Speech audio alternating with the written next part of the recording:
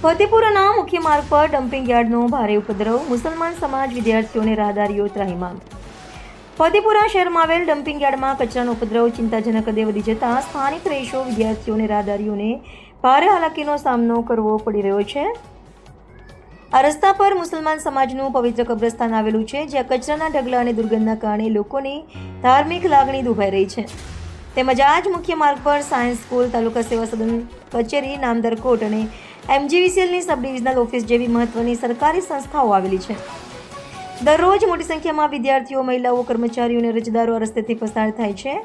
Dumping યાર્ડમાંથી આવતી અસહ્ય દુર્ગંધ, ગંદકી અને મચ્છરોના ત્રાસથી રોગચાળો ફેલાવાનો ભારે ભય ઊભો થયો છે. સ્થાનિક મુસલમાન સમાજ અને નાગરિકો દ્વારા ગંભીર સમસ્યા અંગે અગાઉ મામલતદારશ્રીને આવેદનપત્ર આપીને તાત્કાલિક નિરાકરણ લાવવા રજૂઆત કરવામાં આવી હતી. આમ છતાં તંત્ર દ્વારા હજુ સુધી કોઈ નક્કર કામગીરી કે સફાઈ કરવામાં આવી નથી, જેના કારણે સ્થાનિકોમાં ભારે રોષ વ્યાપી ગયો છે.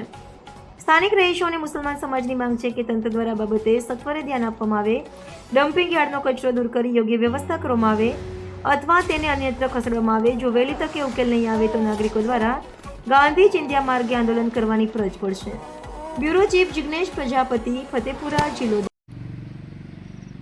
આ ડમ્પિંગ યાર્ડની ગંદકી દૂર કરવા માટે અમારા સમાજના આગેવાનો દ્વારા વારંવાર પંચાયત ઓફિસમાં રજૂઆત કરવા છતાં કોઈ પણ સભ્ય અથવા તો સરપંચ સાહેબ સાંભળતા નથી અને એનો કોઈ બી આજ દિવસ સુધી કોઈ નિકાલ આવેલ નથી.